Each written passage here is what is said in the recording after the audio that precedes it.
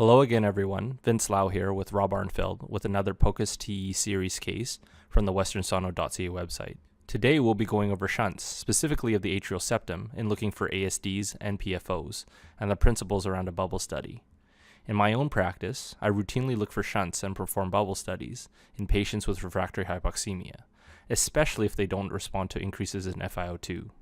We will also review the principles around calculating a shunt fraction, otherwise known as a QPQS, to help aid confirmation of directionalities of a shunt, but also its severity. Again, this is not a comprehensive overview of TEE, as we will specifically be looking at defects associated with the atrial septum as cause of shunts and highlights in this case. For a more comprehensive overview of TEE, please consider the options listed. Getting to the case, we have a 66-year-old female admitted with a cyanotic hypoxemic respiratory arrest. EMS arrives on scene and SATs were only 50%, and ROSC was achieved after intubation and multiple rounds of CPR and epinephrine. Patient had a known Ebstein's anomaly, which is a congenital malformation of the heart that is characterized by apical displacement of the septal and posterior tricuspid valve leaflets, leading to atrialization of the right ventricle. She had associated TR and RV dilation secondary to a known PFO and normal LV function prior. Her PFO was closed by a occluder device secondary to a DVT, causing a paradoxical emboli across the PFO and a ventral stroke, which was previously treated with Coumadin. She was sent to ICU for post-arrest care, including hypothermia protocol, and there was a query for ongoing shunt given refractory hypoxemia despite maximal oxygen. So to start off, we have a normal case example in a patient with ARDS and refractory hypoxemia, where we want to rule out any structural shunts. So this is the mid-esophageal bicaval view at 90 degrees. To get here, we start with our mid-esophageal forechamber, add 90 degrees to the omniplane, and then we subsequently do a right-hand turn or clockwise turn of the probe in our hands to get to right-sided structures, such as the RA, SVC, and IVC. To orientate you, this is the left atrium seen here, right atrium seen here, intra-atrial septum seen here, IVC and SVC seen here. We want to decrease the depth or increase the zoom to focus in on the intra-atrial septum. Next, we throw color across the intra-atrial septum and we turn down our Nyquist to a low level of 20 centimeters per second or a mid level of 45 centimeters per second in order to pick up jets of low flow through the intra-atrial septum. Next, what we do is small clockwise and counterclockwise turns of the probe in our hands in order to sweep through the intra-atrial septum to look for defects and a jet indicating a shunt, which there is none in this patient. In addition to visually inspecting for a shunt, we also want to perform a physiologic test to look for one as well. This is done by performing an agitated saline bubble study. This is done by having IV access to the patient and hooking it up to a three-way Luer lock system. Attached to the system is a sterile 10 cc saline flush and an empty 10 cc syringe. So as we can see here, we have our three-way stopcock Luer lock system, and we attach the 10 cc syringe that's empty with 1 cc of air in it, and then we also attach the sterile 10 cc saline flush to the other end. With the three-way closed off to the patient, we mix the two syringes attached by injecting their contents back and forth until the air is mixed in with the sterile flush to agitate it. Once you've set up your system, attach the three-way Luer lock to the patient's IV, as seen here. Continue mixing with the off position towards the patient's IV, and when your sonographer is ready to record images, turn the three-way Luer lock so that it's open to the patient, and then inject the contents of the agitated saline syringe into the patient's IV. During a bubble study, at least one cardiac cycle must be captured before bubbles are injected, as to be able to time if and when the agitated saline contrast crosses over from the right side of the heart to the left side of the heart. I usually put my clip lengths to about 15 to 30 seconds to capture the full length of the bubble study. If there are no bubbles crossing over from the right to the left-hand side, there's unlikely a structural right to left shunt, intracardiac or intrapulmonary, as the agitated saline microbubbles are normally scrubbed out by the lungs. If the bubbles cross over within 1 to 2 cardiac cycles, this likely means there's an intracardiac shunt. If the bubbles cross over within 4 to 6 cardiac cycles, this likely means that there's an intrapulmonary shunt. So having a look at our mid-esophageal forechamber view, we injected our agitated saline into the patient after at least one cardiac cycle has passed, and then we look for evidence of bubbles crossing over from the right-hand side to the left-hand side. As we can see in this example, there is no crossing of bubbles from the right to the left side, indicating there is unlikely a structural intracardiac or intrapulmonary shunt as a cause of this patient's ongoing hypoxemia. Getting to some actual case examples of intra-atrial shunts, we have the example here of a PFO. We're in the mid-esophageal bicaval view at 90 degrees with the left atrium, right atrium, SVC, IVC, as well as the intra-atrial septum.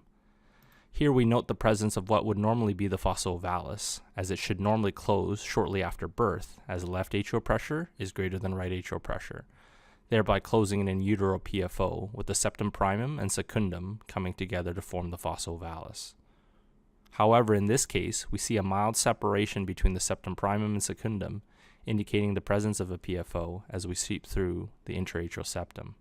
Throwing color across the intra-atrial septum and lowering our NICOS down to a moderate level of 45 centimeters per second, we see evidence of a shunt going from the left atrium to the right atrium, indicating a left to right shunt. Even when we turn the NICOS level back up to high, we still notice the presence of a jet, which is blue, indicating the flow is going away from the probe from the left atrium towards the right atrium, confirming a left to right shunt. And we also see a separation of the intra-atrial septum of the PFO as we zoom in. As you can imagine, an agitated saline bubble study should be negative in this situation, as the patient has a left to right shunt, which will prevent bubbles from crossing over the intra-atrial septum at the level of the PFO. And as we can see here, from the SVC, injection of microbubbles, contrast agitated saline, opacification of the right atrium, but no bubbles crossing over to the left atrium. To confirm this finding, though, we also have to perform another subsequent bubble study with a Valsalva maneuver, which will be explained momentarily. Here's another example of a left to right shunt, this time an atrioseptal defect, or ASD. We see here on a mid-esophageal 4-chamber view, as we rotate our probe to the right-hand side, we see a noticeable hole within the intra-atrial septum. This is best seen when our probe interrogation is not parallel to the dropout defect itself. For example, if we're perpendicular to the defect as seen here, then it's most likely a real defect rather than a dropout effect of being parallel. This is also why intra-atrial septal defects are best seen and interrogated in the subcostal view during transthoracic echo, as the intra-atrial septum is perpendicular to the probe, and the flow will be parallel to any Doppler interrogation. Here we switch to the mid-esophageal bicaval view, and we've thrown a color blocks across the ASD, and we see lots of alias flow across the defect, coming from the left atrium down to the right atrium, indicating a left to right shunt. This is the typical directionality of most ASDs, as in most patients, left atrial pressure is greater than right atrial pressure. In this image of the mid-esophageal bicaval, we have zoomed in and frozen the image to measure the size of the ASD.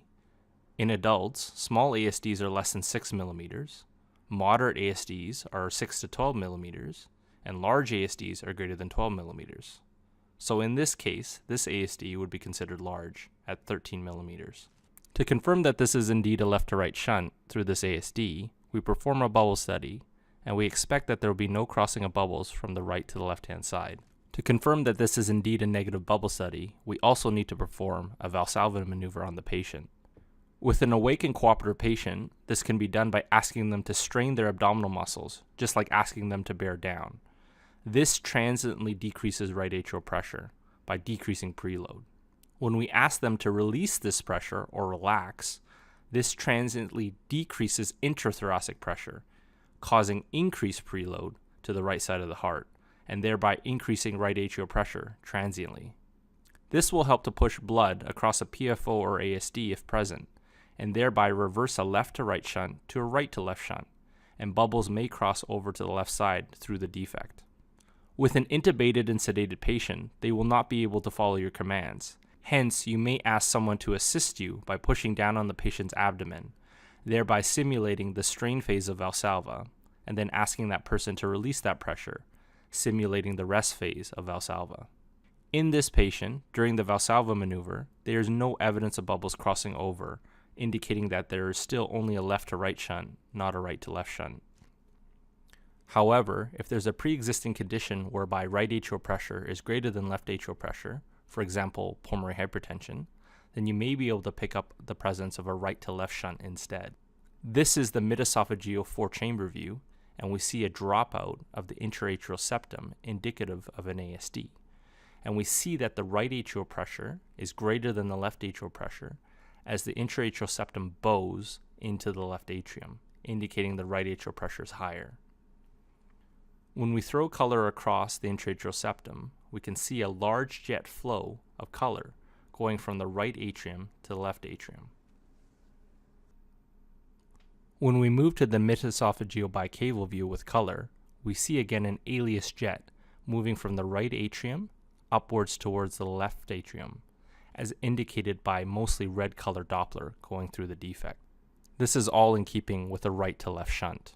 To confirm this ASD has a right to left shunt, we performed this bubble study and notice that the bubbles cross the intra-atrial septum at the level of the ASD, within 1 to 2 cardiac cycles. This makes this bubble study positive for an intracardiac shunt. When a bubble study is positive at rest, there is no need to repeat the bubble study with an additional Valsalva maneuver, as we want to minimize the amount of microscopic air emboli that cross over to the left side systemically. Using the flow equation similar to stroke volume, we can calculate how much flow goes through the pulmonary system compared to the systemic system, and we express this ratio called the QPQS. What we need to do is measure the flow, or the VTI, through the RVOT, as well as the RVOT diameter to get the area, and then we do the same for the LVOT and its VTI. The flow for the RVOT VTI can be obtained usually off-axis from the aortic valve, short axis, otherwise known as the RV inflow and outflow view. And the flow would be moving towards the probe with pulse wave Doppler. Hence the envelope in systole should be above the baseline. Contrast this to the LVOT VTI, which is obtained from the deep transgastric long axis view, where a pulse wave is placed within the LVOT, and the systolic envelope should be below the baseline, as the flow would be heading in this direction. The LVOT diameter is best measured in the mid-esophageal long axis view at 120 degrees. In terms of interpretation of the QPQS, there are a few possibilities when a shunt may be involved. If the ratio is greater than 1, this indicates a left to right shunt, which means that the pulmonary blood flow is greater than the systemic blood flow. Hence, more blood would be shunted from the left-hand side to the right-hand side. If the QPQS is less than 1, this indicates a right to left shunt, meaning the pulmonary blood flow is less than the systemic blood flow. Hence, more blood is shunted from the right to the left-hand side. If the ratio is equal to 1, there are two distinct scenarios. If there's no shunt whatsoever, the pulmonary and systemic blood flow should be equal to each other, and this is a normal state of affairs. The other scenario would be that there's bidirectional shunting within the same patient, and then the flows of pulmonary and systemic are mixing together and equal each other. So in order to get our RVOT diameter for our QP, as seen in this diagram in the top right-hand corner, we use the RV inflow-outflow view, and this is the aortic valve short axis right here, and we take the diameter immediately before the pulmonic valve. To get our RVOT VTI, or our stroke volume, through the pulmonary system, we use our aortic valve short axis, or our RV inflow-outflow view, and notice that the VTI is going to be a little off-axis on interrogation, indicating that the stroke volume might actually be underestimated. You'll notice here that the envelope suggests that the flow will be above the baseline, as demonstrated here. And you'll see that the flow goes through the RVOT into the main PA through the pulmonic valve. And here we see our LVOT diameter taken from our mid-esophageal long axis view at 120 degrees. And to get our QS LVOT VTI stroke volume, we go to our deep transgastric apical view, and it's similar to the apical 5-chamber of transthoracic echo. And as you can see, because the normal flows go from the left atrium, circle around the lateral wall towards the septum in the LV, back towards the LVOT, that the signal will be below the baseline going away from the probe, as demonstrated here. Once we plug in VTIs for areas under the curve representing stroke volume and our diameters representing area for the RVOT for the pulmonic system and the LVOT for the systemic system, we can then figure out our QPQS ratio. In this case of an ASD with the right to left shunt seen on color Doppler, we calculate a QPQS ratio of 0.84. This means that the pulmonary flow is less than the systemic flow, and therefore indicates a right to left shunt.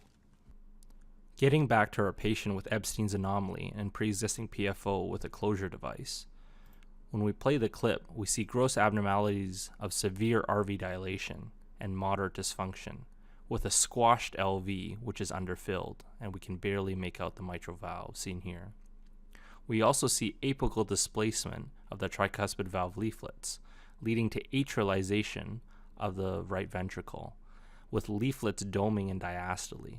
We can zoom in on the intra-atrial septum, and we see the PFO closure device seen here. And when we throw color onto the device, we see a small jet seen here of peri-closure device shunting from right to left as a cause of the patient's refractory hypoxemia. A formal echo and TEE performed by cardiology corroborated the same findings. In case summary, this 66-year-old female with Ebstein's was found to have a peri-PFO closure device right to left shunt, causing ongoing hypoxemia following her resp arrest. This could also be a contributing cause for her arrest. RV afterload reduction was sought after, and milrinone drip was started as a pulmonary vasodilator, as well as an additional IV Lasix infusion given the amount of volume overload the patient had. PEEP was also weaned to minimize RV afterload. SAT target was changed to 85%, given the admixture of venous and arterial blood. Following a hypothermia protocol, the patient woke up and was neurologically intact, and was eventually weaned and extubated and discharged from hospital. Thanks once again for joining us at westernsono.ca. Please check out the rest of the POCUS TEE series or any other content posted. We hope you join us again in the future. Thank you very much, and have a nice day.